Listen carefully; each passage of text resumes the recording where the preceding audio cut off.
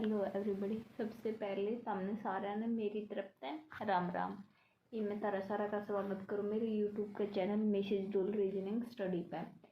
अभी तक मैंने अपने चैनल पर रीजनिंग के रिगार्डिंग बहुत सारी वीडियोस डाली हैं। कुछ वीडियोस मैंने पार्टी वेयर सूटों के रिगार्डिंग भी डाली हैं, तो उम्मीद करती हूँ आपने मेरी वो सभी वीडियोस देखी होंगी। और जैसे आज तक मेरे चैनल के साथ आप बने हुए हैं, उम्मीद करूँगी आगे भी आप मेरे चैनल के साथ ऐसे ही बने रहेंगे। चलिए, तो मेरी आज की वीडियो जो रहने वाली है अब उसके बारे में बात कर लेते हैं। वीडियो के बारे में बात करने से पहले मैं आपसे एक रिक्वेस्ट करना चाहूँगी, यदि आप चैनल पर नए आए हैं तो सबसे पहले चैनल को सब्सक्राइब जरूर कर लें। चलिए अब बात करते हैं हमारी आज की वीडियो के बारे में। तो मेरी आज की जो वीडियो रहने वाली है वो रहेगी मेरी टॉपिक एनालॉजी एंड सिमिलरिटी के ऊपर। एनालॉजी एंड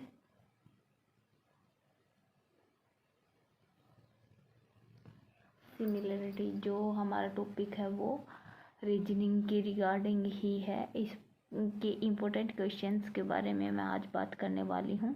अभी तक हमने जो रीजनिंग के एनालॉजी और सिमिलरिटी के रिगार्डिंग क्वेश्चंस है 194 क्वेश्चंस जो है मैं अपनी पहले वाली वीडियोज में डिस्कस कर चुकी हूँ।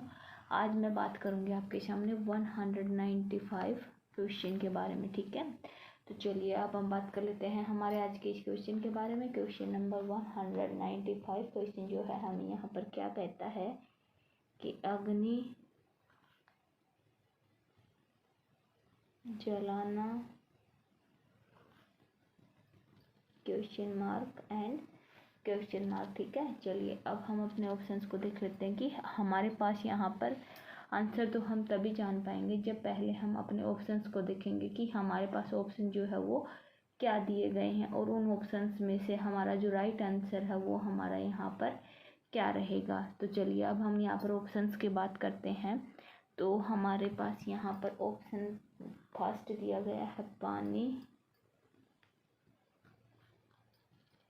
पीना, सेकंड ऑप्शन दिया गया है लकड़ी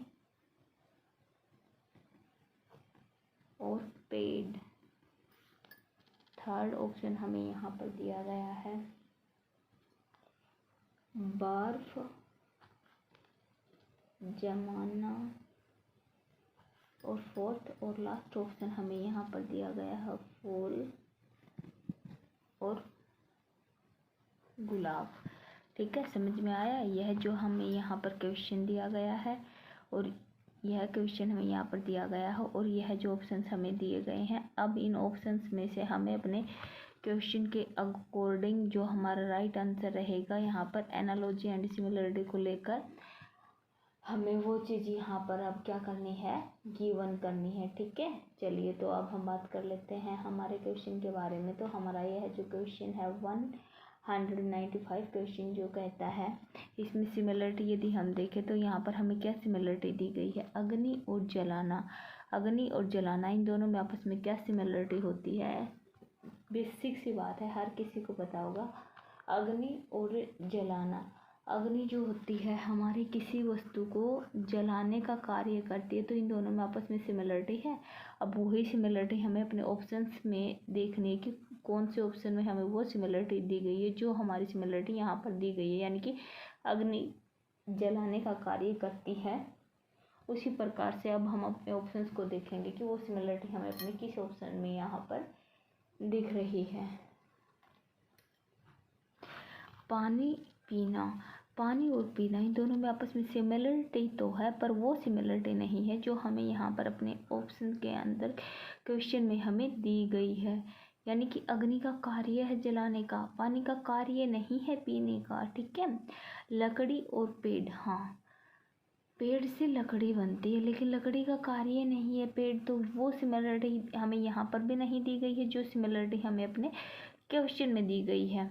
बर्फ और जमाना, हाँ कहीं तक यह ऑप्शन जो है हमारा राइट ऑप्शन हो सकता है, क्योंकि बर्फ़ का जो कार्य होता है वो जमाने का होता है। जिस प्रकार से अग्नि का कार्य जलाने का होता है, उसी प्रकार से बर्फ़ का जो कार्य होता है वो जमाने का होता है। तो जो सिमिलरिटी हमें यहाँ पर दी गई है वही सिमिलरिटी हमें हमारे ऑप्शन नंबर थर्ड में हमें यहाँ पर दी गई है। तो हमारा राइट आंसर जो रहेगा वो यहाँ पर रहेगा बर्फ़ और जमाना, क्योंकि बर्फ़ जमाने का कार्य करती है। फूल और गुलाब में भी आपस में वो सिमिलरिटी नहीं है जो हमें हमारे क्वेश्चन में यहाँ पर दी गई है। ठीक है, तो यहाँ पर हमारा राइट आंसर जो है वो क्या रहेगा, ऑप्शन नंबर 3। ठीक है, समझ में आया। क्वेश्चन बहुत ईजी था, मेरे हिसाब से समझ में आ गया होगा। फिर भी यदि आपको कुछ डाउट रहता है, कुछ समझ में ना आया हो, तो आप मेरे से कमेंट बॉक्स में कमेंट करके पूछ सकते हैं, या फिर मैंने अपनी मेल दे रखी है उस पर आप मैसेज कर सकते हैं, आपको रिप्लाई ज़रूर मिलेगा। ठीक है, मैं अपनी तरफ से कोशिश करती हूँ कि बिल्कुल अच्छे से समझाऊँ। फिर भी यदि कोई डाउट रहता है तो आप मेरे से कमेंट में पूछ सकते हैं।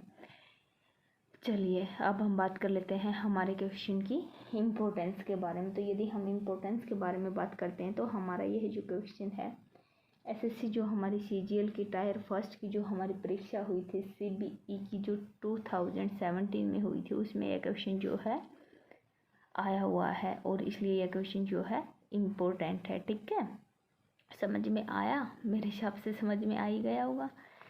चलिए अब हम बात कर लेते हैं हमारे आज के नेक्स्ट क्वेश्चन के बारे में। तो नेक्स्ट क्वेश्चन के बारे में बात करते हैं यहाँ पे। तो हमारा आज का नेक्स्ट क्वेश्चन जो रहेगा 196 क्वेश्चन, जो हमें यहाँ पर क्या कहता है, एम्पियर विद्युत प्रवाह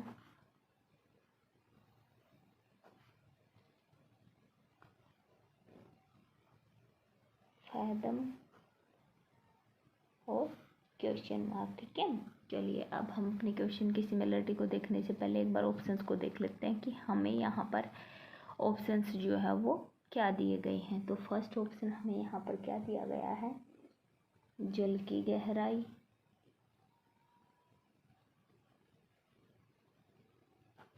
सेकंड ऑप्शन हमें यहाँ पर क्या दिया गया है, आवृत्ति। थर्ड ऑप्शन हमें यहाँ पर क्या दिया गया है, ध्वनि स्तर। और फोर्थ और लास्ट ऑप्शन हमें यहाँ पर क्या दिया गया है, कार्य या ऊर्जा। ठीक है, ये 4 ऑप्शन हमें यहाँ पर दिए गए, और यह है हमारा जो क्वेश्चन यहाँ पर हमें दिया गया है। तो सबसे पहले अब हम अपने क्वेश्चन की सिमिलरिटी को देखेंगे कि हमारे पास हमारे क्वेश्चन में जो है हमें सिमिलरिटी वो जो है वो क्या दी गई है। तो यदि हम क्वेश्चन की बात करते हैं तो यहाँ पर दिया गया है हमें एम्पियर और विद्युत प्रवाह, यानी कि जो हमारा विद्युत प्रवाह होता है उसका मात्रक जो होता है, इसकी शक्ति का, विद्युत प्रवाह की शक्ति का मात्रक एम्पियर होता है। इसी प्रकार से अब हमें यह देखना है फैदक किसकी शक्ति का मात्रक होता है। जिस प्रकार से एम्पियर विद्युत प्रवाह की शक्ति का मात्रक होता है, उसी प्रकार से ये साइंस का क्वेश्चन हमारा यहाँ है। जो बच्चे साइंस में इंटेलिजेंट हैं, जिनको अच्छी नॉलेज है उसकी, तो वो बच्चे तो इसका झटक से जवाब दे देंगे, और जिसको पता है तो आप कमेंट करके ज़रूर बताना मेरे से। ठीक है, यदि विद्युत प्रवाह की शक्ति का मात्रक एम्पियर है तो फैदम जो होता है हमारा साइंस में जब हम पढ़ते हैं तो उसके अंदर दिया हुआ होता है जो हमारी जल की गहराई होती है ना, उसका मात्रक जो होता है हमारा फैदम होता है। ठीक है, विद्युत प्रवाह भी हम साइंस के अंदर ही पढ़ते हैं, विद्युत प्रवाह और जल की गहराई का मात्रक भी हम साइंस के अंदर ही पढ़ते हैं। तो यह हमारा साइंस के रिगार्डिंग जीके के लिए इम्पोर्टेंट, रीजनिंग के लिए इम्पोर्टेंट क्वेश्चन जो है रहने वाला है। ठीक है, तो जल की गहराई हमारे पास यहाँ पर फर्स्ट ऑप्शन पर ही दिया गया है, तो फर्स्ट ऑप्शन जो हमारा रहेगा यहाँ पर राइट आंसर रहेगा। Second is wrong, third is wrong, fourth is wrong answer. ठीक है, समझ में आया। क्वेश्चन बहुत ईजी था। साइंस की थोड़ी नॉलेज भी हमें जो हमारे कॉम्पिटिटिव एग्जाम्स होते हैं उनमें हमारे लिए काफ़ी हेल्पफुल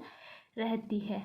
ठीक है, चलिए अब हम बात कर लेते हैं हमारे क्वेश्चन की इम्पोर्टेंस के बारे में। तो यदि हम क्वेश्चन की इम्पोर्टेंस के बारे में बात करते हैं तो हमारा ये क्वेश्चन जो है एसएससी सीजीएल की जो टायर फर्स्ट की परीक्षा हुई थी सीबीई की 2017 में, उसमें ये क्वेश्चन जो है हमारा आया हुआ है। ठीक है, जो हमारी सीजीएल की जो हमारी परीक्षाएं होती हैं ना, वो उनमें जो क्वेश्चंस आ जाते हैं तो उनके रिपीट होने के बार बार चांसेस लगे रहते हैं। ठीक है, तो हमें उन पर ध्यान देना चाहिए क्योंकि उनके आने के कॉम्पिटिटिव एग्जाम्स में चांसेस बहुत ज़्यादा होते हैं। ठीक है, चलिए अब हम नेक्स्ट क्वेश्चन के बारे में डिस्कस करने से पहले मैं आपसे एक बार फिर से बोलना चाहूँगी, यदि आप अभी तक मेरे चैनल पर नए आए हैं, चैनल को सब्सक्राइब नहीं किया है तो चैनल को सब्सक्राइब जरूर कर लें। और यदि आपको कुछ समझ में नहीं आता है, मेरा पढ़ाने का तरीका कुछ गलत लगता है, तो आप मुझसे कमेंट करके बता सकते हैं, ताकि मैं जो मेरा क्वेश्चन समझाने का तरीका है उसमें थोड़ा बहुत सुधार कर सकूं। आपके अकॉर्डिंग जो है मैं क्वेश्चन को समझाने की पूरी कोशिश करूँगी, ठीक है। चलिए अब हम बात कर लेते हैं हमारे आज के नेक्स्ट क्वेश्चन के बारे में। तो यदि हम नेक्स्ट क्वेश्चन के बारे में बात करते हैं तो हमारा आज का नेक्स्ट क्वेश्चन जो है वो रहने वाला है क्वेश्चन नंबर 197। क्वेश्चन यहाँ पर हमें क्या कहता है, पुस्तक, पन्ने, महाद्वीप और क्वेश्चन मार्क, ठीक है। चलिए अब हम यहाँ पर एक बार अपने ऑप्शंस की तरफ ध्यान दे लेते हैं क्वेश्चन को समझने से पहले कि हमें यहाँ पर ऑप्शंस जो है वो क्या दिए गए हैं। तो फर्स्ट ऑप्शन हमें यहाँ पर क्या दिया गया है, जल। सेकंड ऑप्शन हमें यहाँ पर क्या दिया गया है, जंगल। थर्ड ऑप्शन हमें यहाँ पर क्या दिया गया है, देशों। और फोर्थ और लास्ट ऑप्शन हमें यहाँ पर क्या दिया गया है, भूमि, ठीक है। चलिए अब हम यहाँ पर अपने क्वेश्चन की में देख लेते हैं कि हमें क्वेश्चन में जो है यहाँ पर क्या सिमिलरिटी जो है दी गई है। तो यदि हम अपने क्वेश्चन की सिमिलरिटी के बारे में बात करें तो यहाँ पर हमें क्वेश्चन दिया गया है पुस्तक और पन्ने। बिल्कुल इजी सा क्वेश्चन है, कॉमन सेंस की बात है। पुस्तक और पन्ने इन दोनों में आपस में क्या सिमिलरिटी होती है ये तो हर किसी को पता होगा।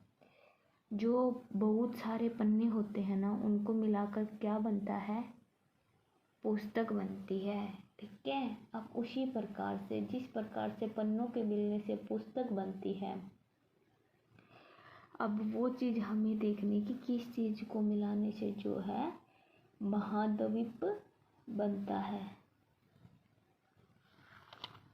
अनेक पन्नों को इकट्ठा करते तो पुस्तक बन जाती है। इसी प्रकार से महाद्वीप हमारे दिए गए ऑप्शन में कोई चीज़ ऐसी होगी जिसको इकट्ठा करने से जो है महाद्वीप बनता है। तो इसके लिए अब हमें अपने ऑप्शंस को देखना पड़ेगा कि हमारे पास ऑप्शंस जो है वो क्या दिए गए हैं। तो चलिए अब अपने ऑप्शंस को देख लेते हैं। तो फर्स्ट ऑप्शन हमें यहाँ पर क्या दिया गया है, जल।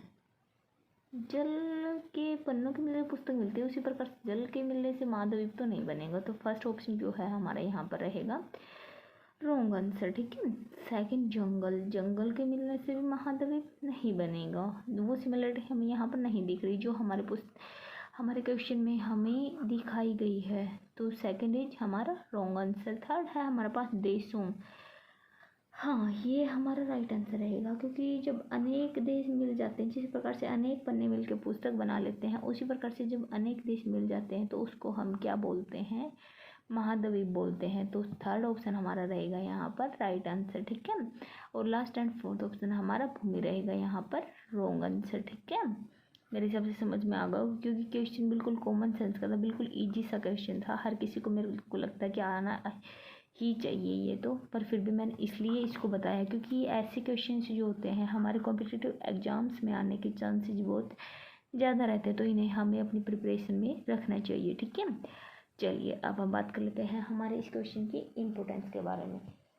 तो यदि हम अपने इस क्वेश्चन की इम्पोर्टेंस के बारे में बात करते हैं तो हमारा ये क्वेश्चन जो है एसएससी जो सीजीएल की टायर फर्स्ट की परीक्षा हुई थी, सीबीई की तृतीय पाली की जो परीक्षा हुई थी हमारा 2017 में, उसमें एक क्वेश्चन जो है हमारा आया हुआ है। बेसिकली मैं आपको वही क्वेश्चंस रिपीट करवाती हूँ शायद जो सीजीएल की परीक्षा में आए हुए, क्योंकि सीजीएल और सीएचएसएल ऐसी परीक्षाएं होती हैं जिनमें जो क्वेश्चंस आ जाते हैं वो कॉम्पिटिटिव एग्जाम्स में आने के चांसेस बहुत ज़्यादा रहते हैं। तो इनको हमें तैयारी में रखना चाहिए, जिससे हम कॉम्पिटिटिव एग्जाम कोई भी देते हैं तो उसको क्रैक करने में हमें आसानी हो, ठीक है। चलिए अब हमारे आज के जो क्वेश्चंस हैं वो यहीं पे कंप्लीट होते हैं। अगले नेक्स्ट क्वेश्चंस जो है वो हम अपनी आने वाली अगली वीडियो में देखेंगे, ठीक है। चलिए अब मैं जाने से पहले आपसे एक रिक्वेस्ट फिर से करना चाहूँगी, यदि आप चैनल पर नए आए हैं तो चैनल को सब्सक्राइब जरूर कर लें। और जैसे आज तक आपने मेरे को सपोर्ट किया है, आगे भी आप ऐसे ही मेरे को सपोर्ट करेंगे। और जैसे अभी तक आपने मेरी सारी वीडियोज़ को पूरा देखा, मेरी आज वाली वीडियो भी आप पूरा देखेंगे। इसके लिए मैं आपकी बहुत बहुत आभारी रहूँगी। चलिए मिलते हैं अगली वीडियो में, जब तक के लिए तारी मेरी राम राम।